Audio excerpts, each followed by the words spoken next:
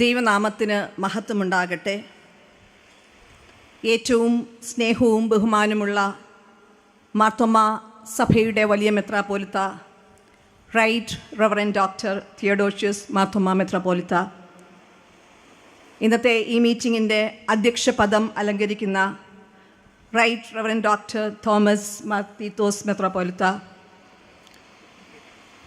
Right reverend doctor Isaac Mar Philoxenos എപ്പിസ്കോപ്പ, മറ്റ് വന്യ എപ്പിസ്കോപ്പമാരെ, വന്യ വൈദികരെ, മലങ്കര മാർത്തോമാ സഭയുടെ മാനേജിംഗ് കമ്മിറ്റി അംഗങ്ങളെ, സേവിനിമാരെ, സഭാവിശ്വാസികളെ, ലോകത്തിൻ്റെ വിവിധ മേഖലകളിൽ ഇന്നത്തെ കൺവെൻഷൻ ഓൺലൈനിലൂടെ വീക്ഷിക്കുന്ന വിശ്വാസികളെ, ഏവർക്കും ദൈവനാമത്തിൽ എൻ്റെ സ്നേഹവന്ദനം. 130-ാം മാരാമൺ കൺവെൻഷൻ്റെ 6-ാം ദിനമായ ഇന്ന് അനേക ദൈവദാസന്മാർ വചനം ഘോഷിച്ച ഈ വേദിയിൽ വചനവുമായി നിൽപ്പാൻ തക്കവണ്ണം എന്നെ അനുവദിച്ച സർവശക്തനായ ദൈവത്തിന് നന്ദി അർപ്പിച്ചുകൊണ്ടും അതിനുവേണ്ടി എന്നെ ക്ഷണിച്ച മലങ്കര മാർത്തോമാ സഭയുടെ വലിയ മെത്രാപ്പോലിത്തായ്ക്കും സഭയുടെ മാനേജിംഗ് കമ്മിറ്റികൾക്കും വിശ്വാസ സമൂഹത്തിനും ദൈവനാമത്തിൽ വിനയപുരസ്സരം എൻ്റെ നന്ദിയെ ഞാൻ അറിയിക്കട്ടെ. അല്പസമയത്തെ നമ്മുടെ ചിന്തയ്ക്കായിട്ട് ഞാൻ തിരഞ്ഞെടുത്തിരിക്കുന്ന വേദഭാഗം ലൂക്കോസിൻ്റെ സുവിശേഷം 10-ാം അധ്യായം 38 മുതൽ 42 വരെയുള്ള വാക്യങ്ങൾ. പിന്നെ അവർ യാത്ര പോകുകയിൽ ഒരു ഗ്രാമത്തിലെത്തി. മാർത്ത എന്ന പേരുള്ളൊരു സ്ത്രീ അവനെ വീട്ടിൽ കൈക്കൊണ്ടു. അവൾക്ക് മറിയ എന്ന ഒരു സഹോദരി ഉണ്ടായിരുന്നു. അവൾ കർത്താവിൻ്റെ കാൽക്കൽ ഇരുന്ന് അവൻ്റെ വചനം കേട്ടുകൊണ്ടിരുന്നു. മാർത്തയോ വളരെ ശുശ്രൂഷയാൽ കുഴങ്ങിയിട്ട് അടുക്ക വന്ന്, കർത്താവേ, എൻ്റെ സഹോദരി ശുശ്രൂഷയ്ക്ക് എന്നെ തനിച്ചു വിട്ടിരിക്കുന്നതിൽ നിനക്ക് വിചാരമില്ലയോ? എന്നെ സഹായിപ്പാൻ അവളോട് കൽപ്പിച്ചാലും എന്ന് പറഞ്ഞു. കർത്താവ് അവളോട്, മാർത്തേ മാർത്തേ, നീ പലതിനെ ചൊല്ലി വിചാരപ്പെട്ടും മനം കലങ്ങിയും ഇരിക്കുന്നു. എന്നാൽ അല്പമേ വേണ്ടൂ, അല്ല ഒന്ന് മതി. മറിയ നല്ല അംശം തിരഞ്ഞെടുത്തിരിക്കുന്നു, അത് ആരും അവളോട് അപഹരിക്കയില്ല.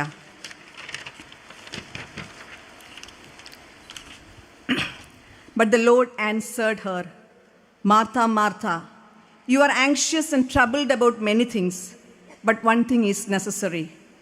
Mary has chosen the good portion. It will not be taken away from her. പ്രാർത്ഥനയ്ക്കായിട്ട് നമുക്ക് തലകളെ വണക്കാം. ഞങ്ങളെ സ്നേഹിക്കുന്ന കർത്താവേ, ഈ നല്ല സമയത്തിനായിട്ട്, ശാന്തമായ സമയത്തിനായിട്ട് ഞങ്ങൾ അങ്ങേ സ്തുതിക്കുകയും സ്തോത്രം ചെയ്യുകയും ചെയ്യുന്നു. കഴിഞ്ഞ ദിവസങ്ങളിലൊക്കെ ഈ കൺവെൻഷനിൽ ഞങ്ങൾ അനുഭവിച്ച അവിടുത്തെ സാന്നിധ്യത്തിനായിട്ട്, പരിശുദ്ധാത്മാവിൻ്റെ നിയന്ത്രണത്തിനായിട്ട് ഞങ്ങൾ അങ്ങേക്ക് സ്തോത്രം ചെയ്യുന്നു. അപ്പച്ച, അല്പസമയം അടിയൻ വചനവുമായിട്ട് ഇവിടെ നിൽക്കുമ്പോൾ നിൻ്റെ പരിശുദ്ധാത്മാവിൻ്റെ നിയന്ത്രണം അടിയൻ്റെ മേലുണ്ടായിരിക്കണമേ. അടിയൻ്റെ ചിന്തയെ അവിടുന്ന് നിയന്ത്രിക്കണമേ. അടിയൻ്റെ വാക്കുകളെ അവിടുന്ന് എംപവർ ചെയ്യണമേ. കേൾക്കുന്നതിൻ്റെ മക്കൾക്ക് എന്താണോ ആവശ്യമെന്ന് അപ്പച്ചനറിയാം. അത് മാത്രം സംസാരിപ്പാൻ തക്കവണ്ണം, പൂർണ്ണമായിട്ടും പരിശുദ്ധാത്മാവിനെ നിലനിർത്തിപ്പാൻ തക്കവണ്ണം അവിടുന്ന് സഹായിച്ചായിട്ട് സകല മഹത്വവും അങ്ങേക്ക് സമർപ്പിക്കുന്നു. എല്ലാം യേശുവിൻ്റെ അധികാരമുള്ള നാമത്തിൽ തന്നെ, ആമേൻ. പൗലോ കൊയ്ലോയുടെ ദി ആൽക്കമിസ്റ്റ് എന്ന പുസ്തകത്തിൽ ഇടയബാലനായ സാന്റിയാഗോ മൽക്കിസദേക്ക് എന്ന വൃദ്ധരാജാവിനെ കണ്ടുമുട്ടിയതിന് ശേഷം തൻ്റെ നിധി കണ്ടെത്താനുള്ള അന്വേഷണത്തിൽ യാത്ര പറഞ്ഞു പോകുമ്പോൾ അവൻ്റെ ജീവിത വിജയത്തിനു വേണ്ടി നൽകുന്ന ഒരു ഉപദേശമുണ്ട്. ഒരു കഥയായിട്ടാണ് അവിടെ അത് പറയുന്നത്. ഒരിക്കൽ ഒരു കർഷകൻ തൻ്റെ മകനെ ഒരു ജ്ഞാനിയുടെ അടുത്തേക്ക് പറഞ്ഞയച്ചു. ജീവിതത്തിൽ സന്തോഷത്തിൻ്റെ രഹസ്യം എന്താണെന്ന് മനസ്സിലാക്കുവാൻ ഈ മനുഷ്യൻ അന്വേഷിച്ച് ജ്ഞാനിയുടെ വീട്ടിലെത്തി. അതൊരു വലിയ കൊട്ടാരമായിരുന്നു. അതിൻ്റേതായ എല്ലാ ആർഭാടങ്ങളും അവിടെയുണ്ട്. അനേകം ആൾക്കാർ ജ്ഞാനിയെ കാണുവാനായിട്ട് ക്യൂ നിൽക്കുകയാണ്. 2 മണിക്കൂർ കഴിഞ്ഞപ്പോൾ ഈ ബാലൻ്റെ ഊഴം വന്നു. ബാലൻ ജ്ഞാനിയോട് പറഞ്ഞു, ഞാൻ അങ്ങയെ കാണാൻ വന്നതിൻ്റെ ഉദ്ദേശം സന്തോഷത്തിൻ്റെ കാരണം എന്താണ് എന്ന് എനിക്ക് പറഞ്ഞു മനസ്സിലാക്കി തരണം. അപ്പോൾ ജ്ഞാനി അവനോട് പറഞ്ഞു, നീ ഒരു കാര്യം ചെയ്യുക. ആദ്യം നീ ഈ കൊട്ടാരം മുഴുവൻ ഒന്ന് നടന്ന് കണ്ടിട്ട് വാ. എന്നിട്ട് ഈ ജ്ഞാനി അവൻ്റെ കയ്യിലേക്കൊരു സ്പൂണും 2 തുള്ളി എണ്ണയും ഒഴിച്ചു കൊടുത്തു. ഇത് സൂക്ഷിച്ചോണം എന്ന് ഈ ജ്ഞാനി ഇദ്ദേഹത്തോട് പറഞ്ഞു. ഈ ബാലൻ കൊട്ടാരത്തിൻ്റെ നിലകൾ കയറി ഇറങ്ങി നടന്ന് കണ്ടു. അതിനുശേഷം ജ്ഞാനിയുടെ അടുക്കിലേക്ക് തിരികെ വന്നു. തിരിച്ചു വന്നപ്പോൾ ജ്ഞാനി ചില ചോദ്യങ്ങൾ ഈ ബാലനോട് ചോദിച്ചു. കൊട്ടാരത്തിലെ വിസിറ്റേഴ്സ് റൂമിൽ വിരിച്ചിരിക്കുന്ന റെഡ് കാർപ്പറ്റിനെ കുറിച്ച്, മനോഹരമായ ഗാർഡനിലെ അലങ്കാര ചെടികളെക്കുറിച്ച്, ലൈബ്രറിയിലെ ഏറ്റവും പഴക്കം ചെന്ന മാനുസ്ക്രിപ്റ്റിനെ കുറിച്ച് ഒക്കെ ചോദിച്ചു. പക്ഷേ ഈ ചോദ്യങ്ങൾക്കൊന്നും വ്യക്തമായ ഉത്തരം നൽകുവാൻ ഈ ബാലന് കഴിഞ്ഞില്ല. കാരണം അവൻ്റെ ശ്രദ്ധ മുഴുവൻ ജ്ഞാനി അവൻ്റെ കയ്യിൽ കൊടുത്ത സ്പൂണിലും അതിൽ കൊടുത്ത 2 തുള്ളി എണ്ണ നഷ്ടപ്പെടാതിരിക്കുന്നതിലും ആയിരുന്നു. ജ്ഞാനിയുടെ ചോദ്യങ്ങൾക്കൊന്നും തന്നെ മറുപടി പറയാൻ പറ്റാതെ വന്നപ്പോൾ ജ്ഞാനി വീണ്ടും പറഞ്ഞു, നീ ഒരു കാര്യം ചെയ്യുക.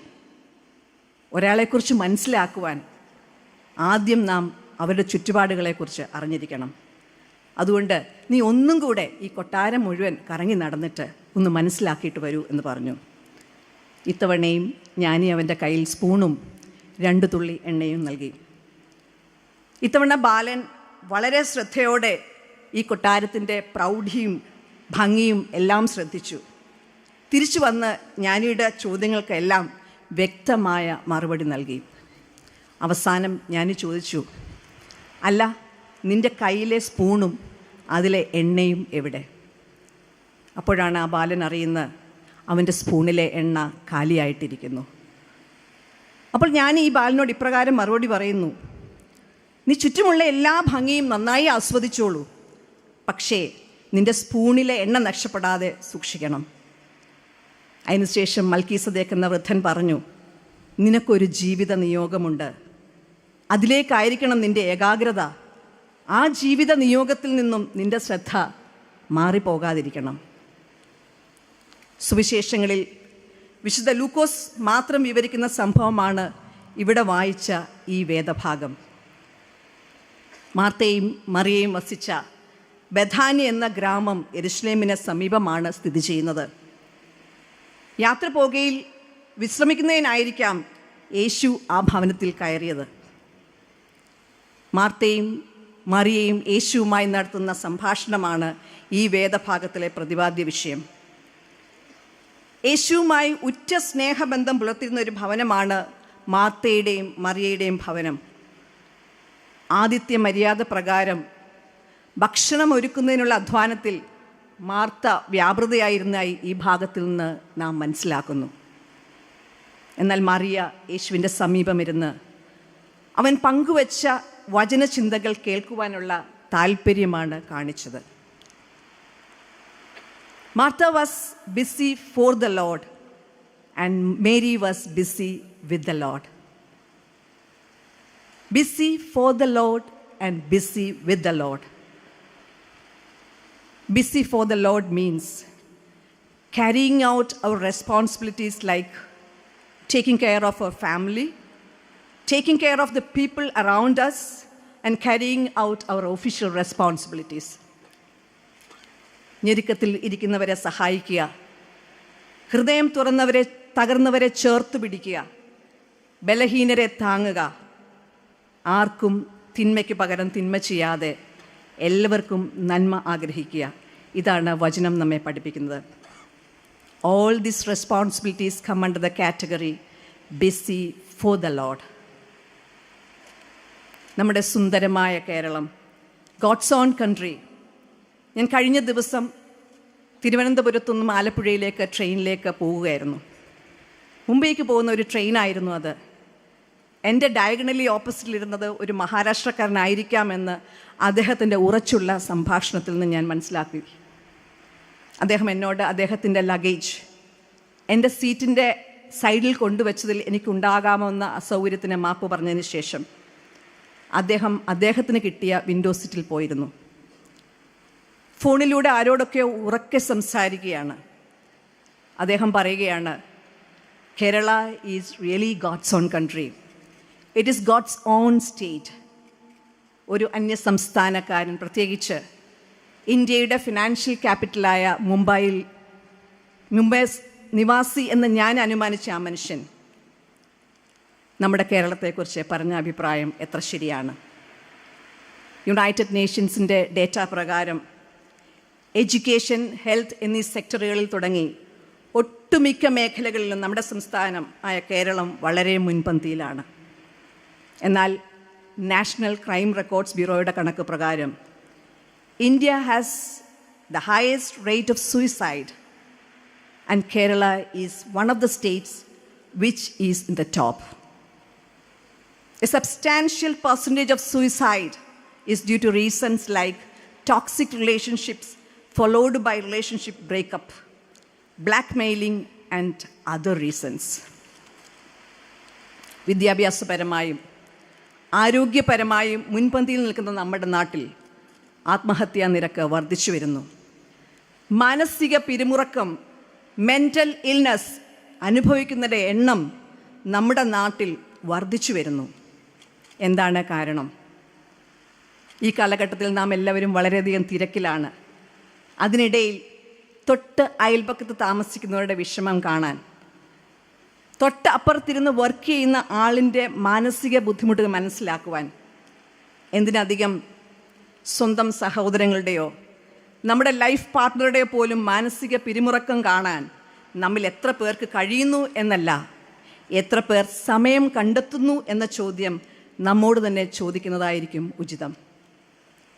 നമുക്ക് മാനസിക പിരിമുറുക്കം വരുമ്പോൾ നാം സാധാരണ സൈക്കോളജിസ്റ്റുകളെ കാണാറുണ്ട്. ഞാൻ പറയും, അമ്മമാരാണ് സൂപ്പർ സൈക്കോളജിസ്റ്റ്മാർ. നമ്മുടെ അമ്മമാരിൽ വളരെ ചെറിയ ശതമാനം മാത്രമേ സൈക്കോളജി പഠിച്ചിട്ടുള്ളൂ എങ്കിലും തൻ്റെ കുഞ്ഞിൻ്റെ, തൻ്റെ ഭർത്താവിൻ്റെ, തൻ്റെ സുഹൃത്തിൻ്റെ മുഖഭാവം ഒന്ന് മാറിയാൽ അമ്മ ചോദിക്കും, എന്തു പറ്റി? ഇന്ന് സ്വന്തം മുഖം നോക്കാനല്ലാതെ നമ്മുടെ കുടുംബത്തിലെ മറ്റുള്ളവരുടെ മുഖത്തേക്ക് നോക്കാനോ അവരുടെ പ്രശ്നങ്ങൾ മനസ്സിലാക്കുവാനോ അത് പരിഹരിക്കുവാനോ നാം സമയം കണ്ടെത്താറോ ഉണ്ടോ എന്ന് സ്വയം വിലയിരുത്താം. അഥവാ നോക്കി എന്തെങ്കിലും ചോദിച്ചാൽ പിന്നെ അതിൻ്റെ വ്യാഖ്യാനങ്ങൾ വേറെയായി വീട്ടിലെ കുടുംബാന്തരീക്ഷം തന്നെ ഇല്ലാതായിത്തീരും. കൂടുമ്പോൾ ഇമ്പമുള്ളതായിരിക്കണം കുടുംബം. അവിടെ പരസ്പരം കരുതാനും മനസ്സിലാക്കുവാനും സാധിച്ചില്ലെങ്കിൽ നമ്മുടെ ജീവിതത്തിന് എന്ത് അർത്ഥം എന്ന് നാം സ്വയം വിലയിരുത്തണം. നമ്മിൽ ആരും പെർഫെക്റ്റ് അല്ലല്ലോ. കർത്താവ് അതല്ലേ നമ്മളെ പഠിപ്പിച്ചത്? നീതിമാൻ ആരുമില്ല, ഒരുത്തൻ പോലുമില്ല. എല്ലാവരും പാപം ചെയ്ത് ദൈവ തേജസ് നഷ്ടപ്പെട്ടവരായി. എങ്കിൽ മറ്റുള്ളവരുടെ നേർക്ക് നമ്മളുടെ വിരൽ ചൂണ്ടുമ്പോൾ നമുക്ക് എന്ത് അവകാശം? നമ്മുടെ ഇംപെർഫെക്ഷൻസിനെ മുഴുവൻ മനസ്സിലാക്കി നമ്മെ സ്നേഹിക്കുന്ന ഒരു ദൈവം നമുക്കുണ്ട് എന്നുള്ളതാണ് നമ്മുടെ പദവി, നമ്മുടെ വിജയം. ഈ ഭാഗത്ത് 3 ക്യാരക്ടേഴ്സിനെയാണ് നമുക്ക് കാണാൻ സാധിക്കുന്നത്: Martha, Mary and Jesus. Martha is A leader and she is A very loving woman. Second character Mary. Mary is also A loving woman. പിന്നെ എന്തായിരുന്നു ഇവർ തമ്മിലുണ്ടായിരുന്ന വ്യത്യാസം? Mary SAT at the feet of Jesus and listened to him continuously. She listened to the most powerful and clear teaching of God. ലൂക്കോസിൻ്റെ സുവിശേഷം 8-ാം അധ്യായം 15-ാം വാക്യത്തിൽ നാം ഇപ്രകാരം വായിക്കുന്നു: നല്ല നിലത്ത് വീണ വിത്തിനെക്കുറിച്ച് ദൈവത്തിൻ്റെ വചനം കേട്ട് അത് പ്രാപിച്ച് പ്രായോഗിക ജീവിതത്തിൽ കൊണ്ടുവന്ന് ഫലം കായ്ക്കുന്ന അനുഭവം. മേരി അതാണ് ചെയ്തത്. ഈ വേദഭാഗത്തെ അടിസ്ഥാനമാക്കി പ്രധാനമായും 3 ചിന്തകൾ നിങ്ങളുമായി ഷെയർ ചെയ്യാനായിട്ടാണ് ഞാൻ ആഗ്രഹിക്കുന്നത്. ഒന്നാമതായിട്ട്, ഫിക്സിങ് അവർ പ്രയോറിറ്റി. നമ്മുടെ ജീവിതത്തിൻ്റെ പ്രയോറിറ്റി എന്താണ്? എന്തിനു വേണ്ടി ചെയ്യുന്നു എന്ന തികഞ്ഞ ബോധ്യത്തിൽ വേണം ഏത് അധ്വാനവും നിർവഹിക്കപ്പെടാൻ. അത് നമ്മുടെ മേൽ അടിച്ചേൽപ്പിച്ച അല്ലെങ്കിൽ കെട്ടിവെച്ച ഒരു ഭാരം ആവരുത്. ഓരോ തൊഴിലും നമ്മുടെ സാക്ഷ്യത്തിനായി നൽകപ്പെട്ട നിയോഗമായി കാണുമ്പോഴാണ് അത് നമുക്ക് തൃപ്തി നൽകുന്നത്. നമ്മുടെ ജീവിത വഴികളിൽ നാം വിവിധ തിരഞ്ഞെടുപ്പുകൾ നടത്തും.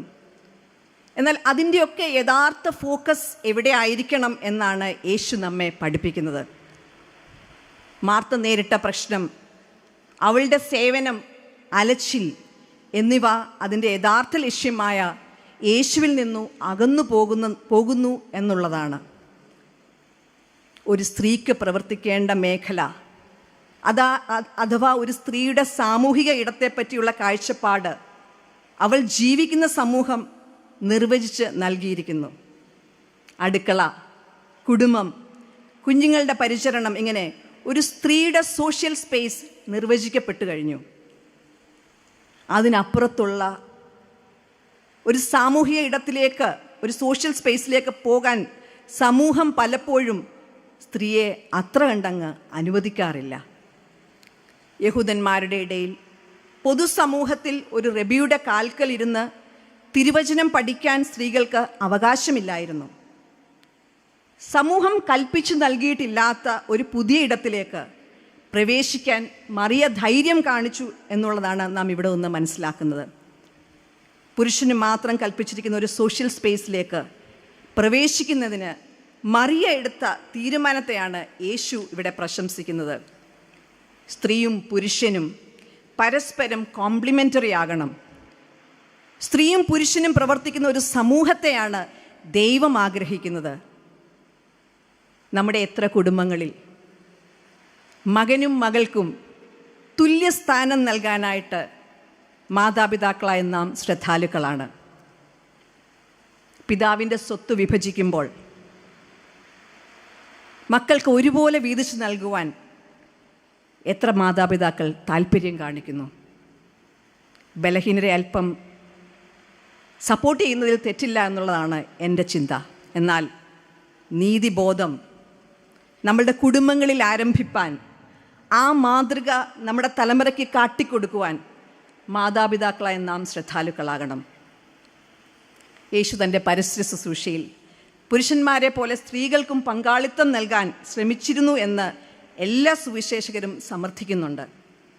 ശമര്യ സ്ത്രീ, രക്തസ്രാവമുണ്ടായിരുന്ന സ്ത്രീ, 2 കാശിട്ട വിധവ, മഗ്ദലക്കാരത്തി മറിയ തുടങ്ങി തള്ളപ്പെട്ട അനേക സ്ത്രീകളോടും യേശുവിൻ്റെ മനോഭാവം, യേശുവിൻ്റെ വിശാല ദർശനത്തെയാണ് കാണിക്കുന്നത്.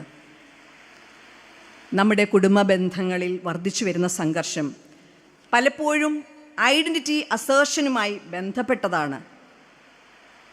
സ്ത്രീയുടെ സാമൂഹിക സ്ഥാനം പുരുഷനോടൊപ്പം തന്നെയാണ്. ഇവിടെ ഒരു മേധാവിത്വത്തിനല്ല പ്രസക്തി, മറിച്ച് പരസ്പരം മനസ്സിലാക്കുവാനും അങ്ങോട്ടും ഇങ്ങോട്ടും വിട്ടുകൊടുക്കുന്നതിനും തയ്യാറാകുമ്പോഴാണ് കുടുംബത്തിലെ സംഘർഷമില്ലാതാക്കാൻ സാധിക്കുക. വിവാഹ ശുശ്രൂഷയിൽ പട്ടക്കാരൻ അങ്ങനെയാണല്ലോ വരനെയും വധുവിനെയും അനുഗ്രഹിച്ച് പറയുന്നത്. ഇന്നു മുതൽ ദൈവം തമ്പുരാൻ നിങ്ങളെ ഒന്നായി ചേർത്തിരിക്കുന്നു. ഭാര്യ ഭർത്താക്കന്മാർ എന്നതിൽ വചനം അനുശാസിക്കുന്ന എല്ലാ ഉത്തരവാദിത്തങ്ങളെയും ദമ്പതികളെയും അവിടെ കൂടി വന്ന മറ്റു വ്യക്തികളെയും മനസ്സിലാക്കുന്നു. പരസ്പരം കരുതുകയും സ്നേഹിക്കുകയും ചെയ്യുമെന്ന് ദമ്പതികൾ ദൈവസന്നിധിയിൽ വാക്കു പറയുന്നു. ഈ തീരുമാനത്തെ ശരിയായ അർത്ഥത്തിൽ മുന്നോട്ട് കൊണ്ടുപോകുവാൻ ദൈവത്തിൻ്റെ പരിശുദ്ധാത്മാവിന് മാത്രമേ സാധിക്കുകയുള്ളൂ. കുടുംബത്തിലെ സംഘർഷങ്ങളുടെ പിന്നിൽ പ്രവർത്തിക്കുന്ന പിശാചിൻ്റെ തന്ത്രങ്ങളെ മനസ്സിലാക്കുവാനുള്ള ദൈവകൃപ നമുക്ക് ഓരോരുത്തർക്കും ലഭിക്കട്ടെ എന്ന് ഞാൻ പ്രാർത്ഥിക്കുന്നു. മാർത്തയും മറിയയും ചെയ്തത് മഹത്തായ ശുശ്രൂഷയാണ്. എന്നാൽ കർത്താവിനോട് കൂടെ ആയിരിക്കാൻ ലഭിക്കുന്ന അവസരം അതായിരിക്കണം നമ്മുടെ ജീവിതത്തിൻ്റെ പ്രയോറിറ്റി.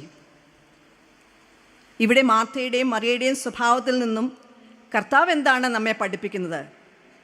മറിയ ഒരു കാര്യം തിരഞ്ഞെടുത്തിരിക്കുന്നു, അതിലേക്കുള്ള ഏകാഗ്രത അതാണ് അവളെ സന്തോഷവതിയാക്കുന്നത്, വ്യഗ്രചിന്ത ഇല്ലാത്തവളായി മാറ്റുന്നത്. നമ്മുടെ ജീവിത നിയോഗം തിരിച്ചറിയുക, ആ നിയോഗത്തിൽ നിന്നും ശ്രദ്ധ വിടാതെ പിന്തുടരുക. ദൈവം തമ്പുരാൻ ഈ ലോകത്തിൽ എന്നെയും നിങ്ങളെയും ആക്കിയിരിക്കുന്നത് ഒരു പ്രത്യേക നിയോഗത്തോടു കൂടിയാണ്. അത് തിരിച്ചറിയുക, അതിൽ നിന്നും ശ്രദ്ധ പതറിപ്പോകരുത്. ശ്രദ്ധയോടെ ജീവിക്കുന്നിടത്താണ് തൃപ്തിയും സന്തോഷവും ഉണ്ടാകുന്നത്. നമ്മിലൂടെ ദൈവം ലോകത്തോട് സംവദിക്കുന്നത് ക്രിസ്തു സന്ദേശത്തിൻ്റെ ഒരംശമാണ്. അതാണ് ജീവിതത്തിൻ്റെ നന്മ. നമ്മെ ദൈവം ഏൽപ്പിച്ചിരിക്കുന്ന കാര്യങ്ങൾ ശ്രദ്ധയോടെ ചെയ്യുമ്പോൾ അതിൽ തൃപ്തിയുണ്ടാകും, സന്തോഷമുണ്ടാകും, ദൈവനാമം മഹത്വപ്പെടും. ഒപ്പം അനാവശ്യ കാര്യങ്ങളിലേക്ക് ശ്രദ്ധ പോകാതിരിക്കുവാനും അസ്വസ്ഥരാകാതിരിക്കുവാനും നമുക്ക് സാധിക്കും. അധ്വാനത്തിൻ്റെ അമിതഭാരം കൊണ്ടാകാം, അല്ലെങ്കിൽ എല്ലാ ജോലിയും തനിയെ ചെയ്യേണ്ടി വരുന്നതിൻ്റെ ദുഃഖം കൊണ്ടാകാം മാർത്ത വല്ലാതെ മനസ്സ് കലങ്ങി യേശുവിനോട് പരിഭവപ്പെടുന്നതായിട്ട് ഈ ഭാഗത്ത് രേഖപ്പെടുത്തുന്നു. തുടർന്ന് യേശുവും മാർത്തയും തമ്മിലുള്ള സംഭാഷണമാണ് ഈ ഭാഗത്ത് നാം കാണുന്നത്.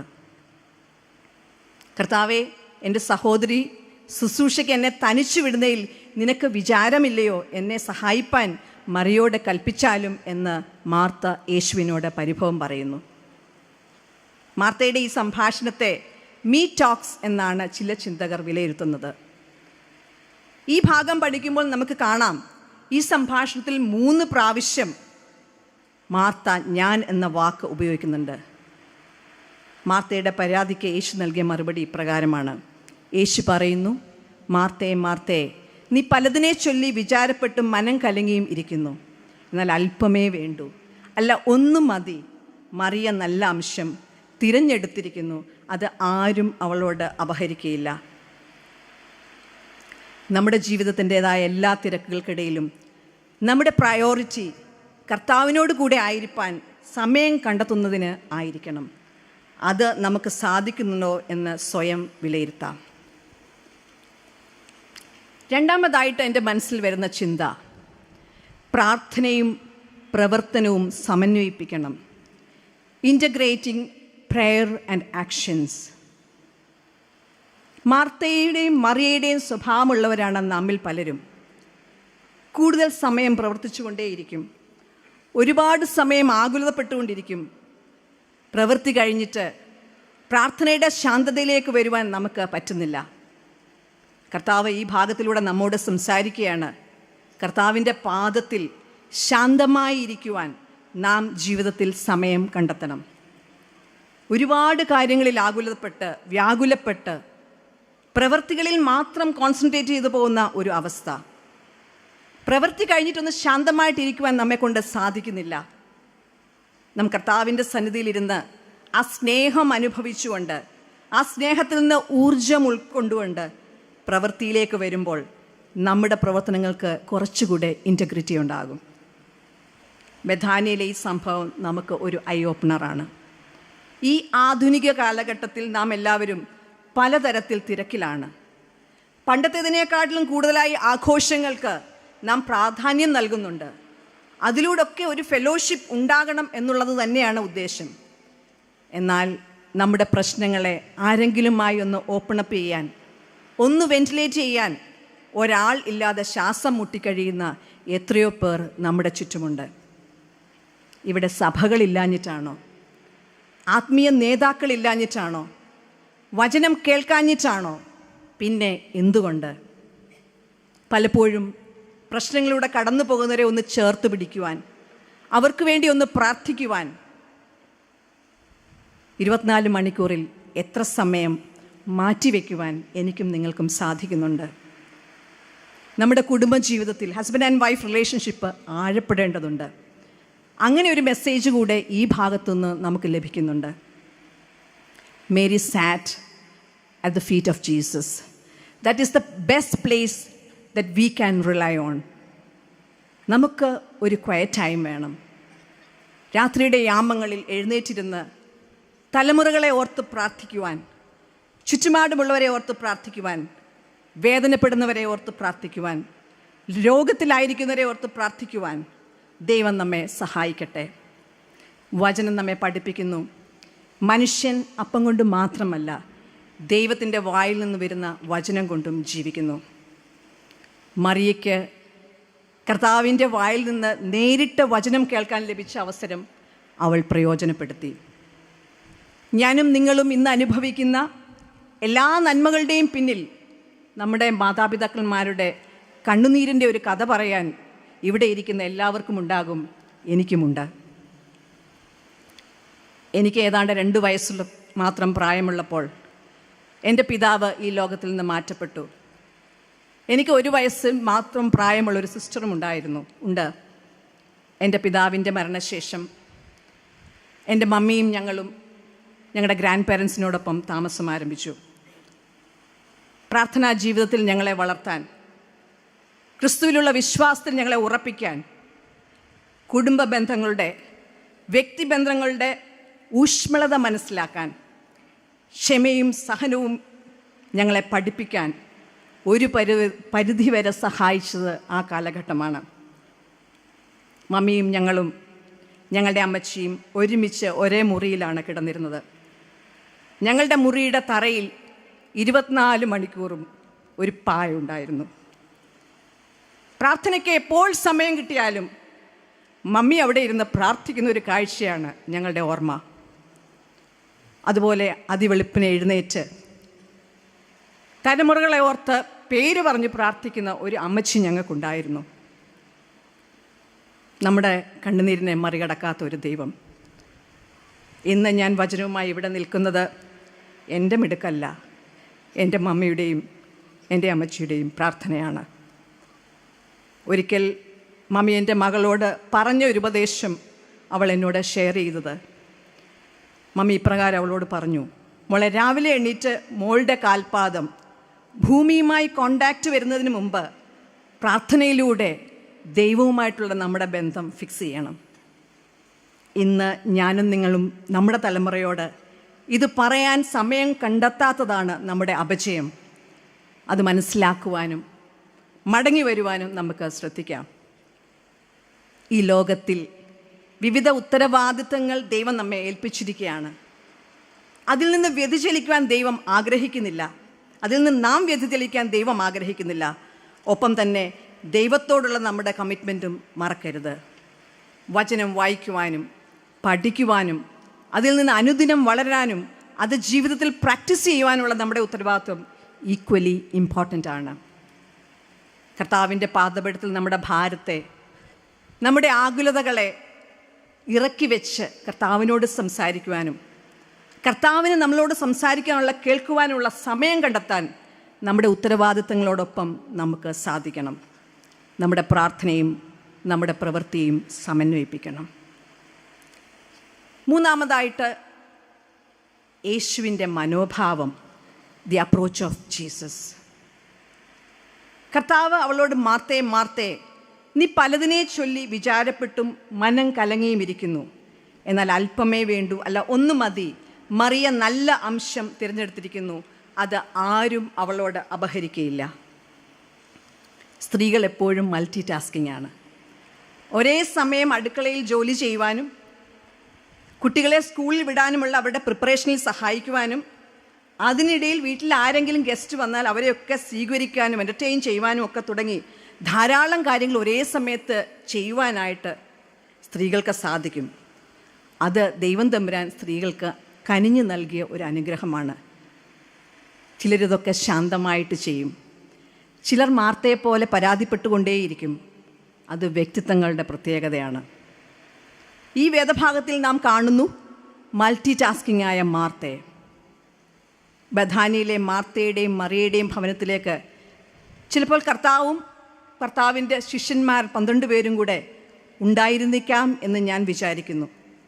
അങ്ങനെയെങ്കിൽ ആ വീട്ടിൽ അന്ന് വന്ന ഗസ്റ്റിൻ്റെ നമ്പർ മിനിമം 13 പേർ ആയിരിക്കാം. അപ്രതീക്ഷിതമായി എത്തിച്ചേർന്ന ഇത്രയും പേർക്ക് ഒരു കോഫിയും സ്നാക്സും മാത്രമാണ് കൊടുക്കേണ്ടി വന്നു എന്നാൽ പോലും ഇന്നത്തെ കാലത്താണെങ്കിൽ പോലും എത്രമാത്രം എഫേർട്ട് വേണ്ടി വരും എന്നുള്ളത് അമ്മമാർക്കറിയാം. ആ ഒരു സാഹചര്യത്തിൽ മാർത്ത അല്പം സ്ട്രെസ്ഡായി പോയി എന്നുള്ളത് വചനം വായിക്കുമ്പോൾ മാർത്തയുടെ പ്രതികരണത്തിൽ നിന്ന് നമുക്ക് മനസ്സിലാക്കാൻ സാധിക്കും. അതുകൊണ്ട് തന്നെ മാർത്ത അല്പം പരിഭവത്തോടെയാണ് കർത്താവിനോട് സംസാരിച്ചതായിട്ട് നാം മനസ്സിലാക്കുന്നു. എന്നാൽ കർത്താവിൻ്റെ പ്രതികരണം എന്തായിരുന്നു? കർത്താവ് മാർത്തയെ ശാസിച്ചതായിട്ട് നാം കാണുന്നില്ല. മാർത്തയെ, നിനക്ക് ഇത്രയും ബുദ്ധിമുട്ടാണെങ്കിൽ എന്നാൽ പിന്നെ ഞങ്ങൾക്ക് ചായയും സ്നാക്സും ഒന്നും വേണ്ട, നീ കൂടെ വന്ന് ഇവിടെ ഇരുന്നോ എന്നും കർത്താവ് പറഞ്ഞില്ല. കർത്താവ് എന്താണ് ചെയ്തത്? കർത്താവ് മാർത്തയെ ആശ്വസിപ്പിച്ചു. എന്തായിരുന്നു കർത്താവിൻ്റെ മറുപടി? എൻ്റെ 41-ാം വാക്യത്തിൽ നാം ഇപ്രകാരം വായിക്കുന്നു: മാർത്തയെ, നീ പലതിനെ ചൊല്ലി വിചാരപ്പെടുന്നത് എന്തിന്? മനം കലങ്ങി ഇരിക്കുന്നു. മാർത്തയുടെ ബുദ്ധിമുട്ട് കണ്ടപ്പോൾ കർത്താവ് പറഞ്ഞ്, റിലാക്സ്, റിലാക്സ്. അതായിരുന്നു കർത്താവിൻ്റെ മറുപടി. മാർത്തയുടെ മറുപടി കേട്ടപ്പോൾ മറിയയുടെ പ്രവൃത്തികളെ പുകഴ്ത്താനോ മാർത്തയുടെ ആകുലതയെ ഇകഴ്ത്താനോ അല്ല കർത്താവ് ശ്രമിച്ചത്. യേശുവിൻ്റെ മറുപടി, അല്പമേ വേണ്ടൂ, അല്ല ഒന്നും മതി. മറിയ നല്ല അംശം തിരഞ്ഞെടുത്തിരിക്കുന്നു, അത് ആരും അവളോട് അപഹരിക്കുകയില്ല. എത്ര ഡിപ്ലോമാറ്റിക് ആയിട്ടുള്ള മറുപടിയാണ് കർത്താവ് നൽകിയത്. ഇവിടെയാണ് പുരുഷന്മാരുടെ റോൾ. ഞങ്ങൾ സ്ത്രീകൾ മൾട്ടി ടാസ്കിങ് ആകുമ്പോൾ, പല കാര്യങ്ങൾ ഒരേ സമയത്ത് ചെയ്യുമ്പോൾ ചിലപ്പോഴെങ്കിലും ഇങ്ങനെയൊക്കെ സ്ട്രെസ്ഡ് ആകും. പ്രത്യേകിച്ച് professional life and family life ഒരുപോലെ കൊണ്ടുപോകുന്ന സ്ത്രീകൾ ധാരാളം ഇന്ന് നമ്മുടെ സമൂഹത്തിൽ, നമ്മുടെ സഭകളിൽ, നമ്മുടെ കുടുംബങ്ങളിലുണ്ട്. ഇന്ന് എല്ലാ പ്രൊഫഷനും വളരെ ഡിമാൻഡിങ് ആണ്. അതിന് പബ്ലിക് സെക്ടറെന്നോ പ്രൈവറ്റ് സെക്ടറെന്നോ ഒന്നും വ്യത്യാസമില്ല. ഒരു വീട് മാനേജ് ചെയ്യുക എന്ന് പറയുന്നതാണ് അതിലും ഏറ്റവും ശ്രമകരമായ കാര്യം. അവിടെ നമ്മെ ദൈവമേൽപ്പിച്ച ജോലി വിശ്വസ്തയോടെ ചെയ്യണമെങ്കിൽ അതിൻ്റെ പിന്നിൽ ഒരുപാട് അധ്വാനം, ഒരുപാട് ത്യാഗം ആവശ്യമാണ്, ക്ഷമ ആവശ്യമാണ്. വീട്ടിലെത്തിക്കഴിഞ്ഞ് വീണ്ടും വീട്ടിലെ കാര്യങ്ങൾ അതേ എനർജിയിൽ മാനേജ് ചെയ്യാൻ ശ്രമിക്കുമ്പോൾ naturally we will get stressed. ആ സമയത്ത് പോട്ടടോ ഞാനും കൂടെ ഇല്ലേ എന്നൊന്ന് പറയാൻ, ഒന്ന് ചേർത്ത് പിടിക്കുവാൻ ഒരാളുണ്ടെങ്കിൽ നമ്മുടെ സ്ട്രെസ്സ് കുറയും, അനാവശ്യമായ ഡയലോഗ് കുറയും, വീട്ടിൽ സമാധാനം ഉണ്ടാകും. വിവാഹ സമയത്ത് പട്ടക്കാരൻ പുരുഷനെയും സ്ത്രീയെയും ഭാര്യയും ഭർത്താവുമായി ചേർത്ത് ആശീർവദിക്കുമ്പോൾ നൽകുന്ന ഒരു ബ്ലെസ്സിങ്ങിൽ ഇപ്രകാരം പറയുന്നു: ഇന്നു മുതൽ കർത്താവ് നിങ്ങളെ ഭാര്യ ഭർത്താക്കന്മാരായി യോജിപ്പിച്ചിരിക്കുന്നു. ഇനി മുതൽ നിങ്ങൾ രണ്ടല്ല ഒന്നാണ്. അതായത് ഭാര്യയും ഭർത്താവും ഒരേ നാണയത്തിൻ്റെ രണ്ട് വശങ്ങളാണ്. ഒരു നാണയത്തിൻ്റെ ഏതെങ്കിലും വശത്ത് കാര്യമായ ഒരു ഡാമേജ് ഉണ്ടായാൽ ആ നാണയം ട്രാൻസാക്ഷനായിട്ട് ഉപയോഗിക്കാൻ സാധിക്കുകയില്ല. കൂടുമ്പോൾ ഇമ്പമുള്ളതാണ് കുടുംബം. കൂടുമ്പോൾ കശപിശയായാൽ കുടുംബജീവിതത്തിൻ്റെ സന്തോഷം ഇല്ലാതാകും. കുടുംബജീവിതത്തിൻ്റെ സന്തോഷം കൂട്ടുത്തരവാദിത്തമാണ്. ഒരുമിച്ച് പ്രാർത്ഥനയോടെ ഓരോ ദിവസവും കർത്താവിനോട് ആലോചന ചോദിച്ച് മുന്നോട്ട് പോകുവാൻ ദൈവം നമ്മുടെ കുടുംബങ്ങളെ സഹായിക്കട്ടെ. The family that prays together stays together. രാത്രിയുടെ യാമങ്ങളിൽ എഴുന്നേറ്റിരുന്ന് ഒരുമിച്ച് തലമുറകൾക്ക് വേണ്ടി പ്രാർത്ഥിക്കുവാൻ മാതാപിതാക്കളെ ഈ കാലഘട്ടങ്ങളിൽ ദൈവം തമ്പുരാൻ സഹായിക്കട്ടെ. ഇത് അമ്മമാരുടെ മാത്രം ഉത്തരവാദിത്തമല്ല, ഇത് കൂട്ടുത്തരവാദിത്തമാണ്. ഈ കാലഘട്ടത്തിൽ നമ്മളെല്ലാവർക്കും പലതരം വാട്സപ്പ് ഗ്രൂപ്പുണ്ട്. School group, college group, church group. അതിൻ്റെ ഗുണവും ദോഷവുമുണ്ട്. എന്നാൽ സ്വന്തം കുടുംബത്തിലെ വിവിധ സ്ഥലങ്ങളിലായിരിക്കുന്നവർക്ക് ഒരുമിച്ചൊന്ന് പ്രാർത്ഥിക്കുവാനായിട്ട്, ഒരുമിച്ച് അവരുടെ പ്രശ്നങ്ങളെ ഒന്ന് പരസ്പരം ഷെയർ ചെയ്യാനായിട്ട് ഒരു ഗ്രൂപ്പ് ഉണ്ടെങ്കിൽ എത്ര നന്നായിരിക്കും. വചനം നമ്മെ പഠിപ്പിക്കുന്നു, 2-3 പേർ എൻ്റെ നാമത്തിൽ എന്ത് യാചിച്ചാലും അതിൻ്റെ മേൽ ഞാൻ മറുപടി നൽകും. അത് കർത്താവിൻ്റെ പ്രോമിസാണ്, അതിന് മാറ്റമില്ല. കുടുംബജീവിതത്തിൽ പ്രശ്നങ്ങൾ വരില്ല എന്നല്ല, ഇല്ല എന്നും അല്ല. എന്നാൽ അതിനെയൊക്കെ ശാന്തതയോടെ നേരിട്ട് പരിഹരിക്കുവാനുള്ള പരിശുദ്ധാത്മാവിൻ്റെ നിറവ് നമുക്ക് ലഭിക്കുമ്പോഴാണ് കുടുംബജീവിതം അനുഗ്രഹപ്രദമാകുന്നത്. പരസ്പരം സംസാരിച്ചാൽ തീരാത്ത എന്ത് പ്രശ്നമാണുള്ളത്.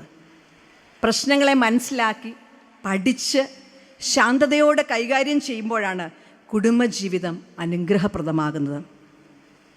ചിലപ്പോഴൊക്കെ വിട്ടുകൊടുക്കേണ്ടി വരും, ഒപ്പം ചിലപ്പോഴെങ്കിലും കുറച്ച് അഗ്രസീവ് ആകേണ്ടി വരും. അത് ശാന്തതയോടെ പറഞ്ഞ് മനസ്സിലാക്കുവാനുള്ള പരിശുദ്ധാത്മാവ് നിറവ്, പരിശുദ്ധാത്മാവിൻ്റെ നിയന്ത്രണം നമ്മളുണ്ടാകട്ടെ എന്ന് നമുക്ക് പ്രാർത്ഥിക്കാം. വിവാഹത്തിലൂടെ പ്രാർത്ഥനയ്ക്ക് പ്രയോറിറ്റി നൽകുന്ന ഒരു കുടുംബത്തിലെ അംഗമാകാനും സാധിച്ചു എന്നുള്ളത് എൻ്റെ ജീവിതത്തിലെ മറ്റൊരു അനുഗ്രഹമാണ്. 86-ാമത്തെ വയസ്സിലും രാവിലെ എണീറ്റ് മുറ്റുമേൽ നിന്ന് തലമുറകൾക്ക് വേണ്ടി പ്രാർത്ഥിക്കുന്ന ഒരു അമ്മ ഞങ്ങൾക്കുണ്ട് എന്നുള്ളതും സന്തോഷത്തോടെയും അഭിമാനത്തോടെയും പറയുന്നതൊപ്പം ദൈവത്തിന് ഞാൻ 1000 സ്തോത്രം അർപ്പിക്കുന്നു. നമ്മുടെ സമൂഹത്തിൽ കുഞ്ഞുങ്ങൾ നന്നായി വന്നാൽ അതിൻ്റെ ഒരു ക്രെഡിറ്റ് അപ്പന്മാർക്കുള്ളതാണ്. എന്നാൽ എന്തെങ്കിലും ഒരു ചെറിയ കുറവ് വന്നാൽ അത് മുഴുവൻ ആരുടെ ഉത്തരവാദിത്വമായി മാറും? അമ്മയുടെ ഉത്തരവാദിത്വമായി മാറും. മക്കൾ നന്നായി വരുമ്പോൾ അതിൻ്റെ ക്രെഡിറ്റ് മുഴുവൻ അപ്പനും. സമൂഹം നൽകുമ്പോഴും അതിൻ്റെ പിന്നിൽ പ്രാർത്ഥനയുടെ, കണ്ണുനീരിൻ്റെ, അധ്വാനത്തിൻ്റെ, ശാന്തതയുടെ, വിട്ടുവീഴ്ചയുടെ, ത്യാഗത്തിൻ്റെ പ്രതിരൂപമായ ഒരു മാതൃത്വമുണ്ട് എന്ന് പലപ്പോഴും സമൂഹം മറന്നുപോകുന്നു. ഞാൻ മുമ്പ് സൂചിപ്പിച്ചതുപോലെ എൻ്റെ പിതാവിൻ്റെ മരണശേഷം മമ്മിയും ഞങ്ങളും ഞങ്ങളുടെ മമ്മിയുടെ വീട്ടിലേക്ക് തിരിച്ചു വന്നു. ജീവിതം എല്ലാം അർത്ഥത്തിലും വഴിമുട്ടി നിന്ന സമയം, മാനസികമായും സാമ്പത്തികമായും സാമൂഹികമായും ഒക്കെ ബുദ്ധിമുട്ട് അനുഭവിച്ച ഒരു കാലഘട്ടം. ഇവരുടെ ജീവിതം ഇനി എങ്ങനെ മുന്നോട്ട് എന്ന് സമൂഹവും ഞങ്ങളുടെ ബന്ധുക്കളും ഉറ്റുനോക്കിയിരുന്ന ഒരു കാലഘട്ടം. ഞങ്ങളുടെ പ്രൈമറി വിദ്യാഭ്യാസം ഞങ്ങളുടെ വീടിൻ്റെ അടുത്തുള്ള ഒരു സർക്കാർ സ്കൂളിൽ ആരംഭിച്ചു. അതിനുശേഷം 5-ാം ക്ലാസ്സിൽ തിരുവല്ലയിലെ ഒരു സ്റ്റേറ്റ് സിലബസ് സ്കൂളിൽ ഞങ്ങൾ ജോയിൻ ചെയ്തു. അന്ന് തിരുവല്ലയിലുണ്ടായിരുന്ന CBSE സ്കൂളിൽ പഠിക്കണമെന്ന് ഞങ്ങൾക്ക് ആഗ്രഹമില്ലാഞ്ഞിട്ടോ ഞങ്ങളുടെ മമ്മിക്ക് ആഗ്രഹമില്ലാഞ്ഞിട്ടോ അല്ല, മറിച്ച് 2 പേർക്കും കൂടെ അത്തരത്തിലൊരു വിദ്യാഭ്യാസം നൽകുക എന്നത് അന്ന് ഞങ്ങൾക്ക് ലക്ഷറി ആയിരുന്നു. കാരണം 8 വർഷം മാത്രം സർവീസ് ഉണ്ടായിരുന്ന വെറ്റിനറി സർജനായിരുന്ന ഞങ്ങളുടെ പപ്പായുടെ മിനിമം പെൻഷൻ അതിനുപോലും തികയുമായിരുന്നില്ല. ആരോടും ചോദിക്കാതെ ഉള്ളതുകൊണ്ട് ജീവിതം മാനേജ് ചെയ്യണമെന്ന കാര്യത്തിൽ നിർബന്ധ ബുദ്ധിയുള്ള ആളായിരുന്നു എൻ്റെ മമ്മി അന്നും ഇന്നും. ആ സമയത്തൊക്കെ ധാരാളം അച്ഛന്മാർ, മറ്റ് ദൈവമക്കൾ ഞങ്ങളുടെ ഭവനത്തിൽ വരികയും ഞങ്ങളെ ഓർത്ത് പ്രാർത്ഥിക്കുകയും ചെയ്യുമായിരുന്നു. അതൊക്കെ ഞങ്ങൾക്ക് ഒരുപാട് ആശ്വാസം നൽകി. ആ സമയത്ത് ചിലരെങ്കിലും ഞങ്ങളോട് ചോദിക്കും, ജീവിതത്തിൽ എന്താകാനാണ് ആഗ്രഹം, താല്പര്യം? ജീവിതത്തിൻ്റെ അടുത്ത നിമിഷം എങ്ങനെ മുന്നോട്ട് പോകും എന്ന് ചിന്തിച്ചിരുന്ന ഞങ്ങൾ പരസ്പരം മുഖത്തോട്ട് നോക്കുക അല്ലാതെ അതിനൊന്നും മറുപടി നൽകിയിരുന്നില്ല.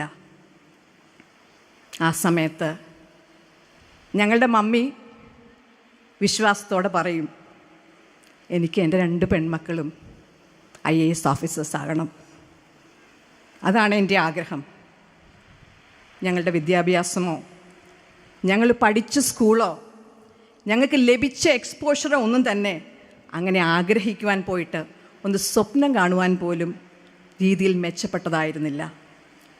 എന്നാൽ ദൈവത്തിനൊന്നും അസാധ്യമല്ലല്ലോ.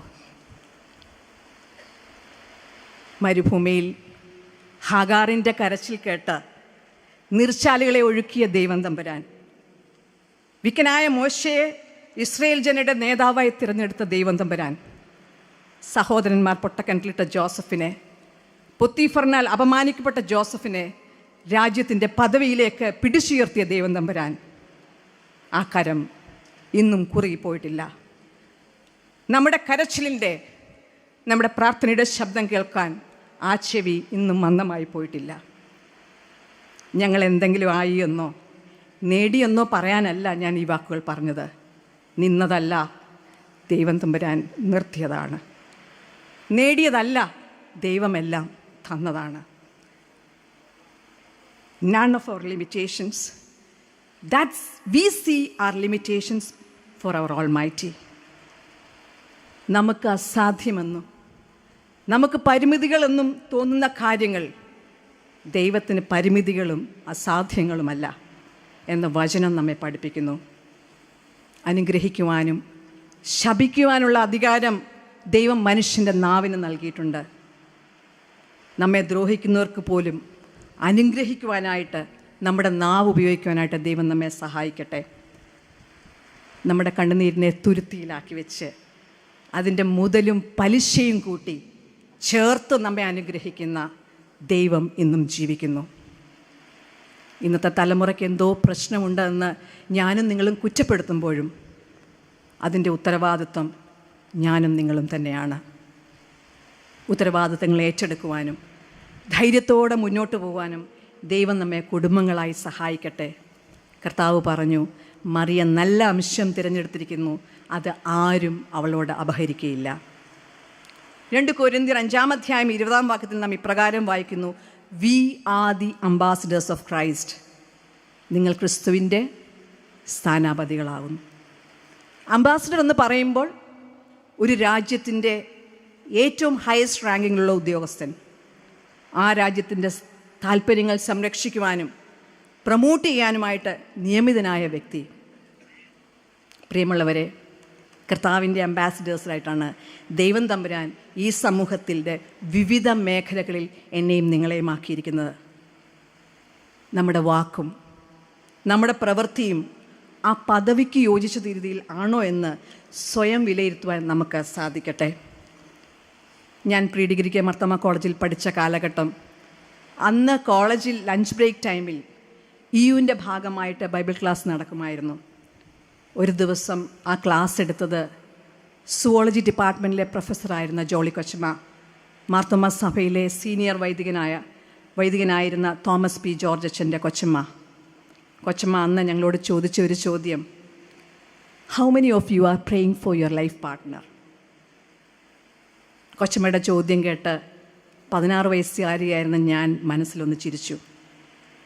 കുടുംബജീവിതത്തിൽ 28 വർഷം പിന്നിട്ട് തിരിഞ്ഞു നോക്കുമ്പോൾ ദൈവഭയമുള്ളൊരു വ്യക്തിയെ നമ്മുടെ ജീവിത പങ്കാളിയായി കിട്ടുക, ദൈവഭയമുള്ള ഒരു കുടുംബത്തിൽ അംഗമാകുക എന്നത് എത്രമാത്രം പ്രാധാന്യമുള്ളതാണ് എന്ന് ഞാൻ മനസ്സിലാക്കുന്നു.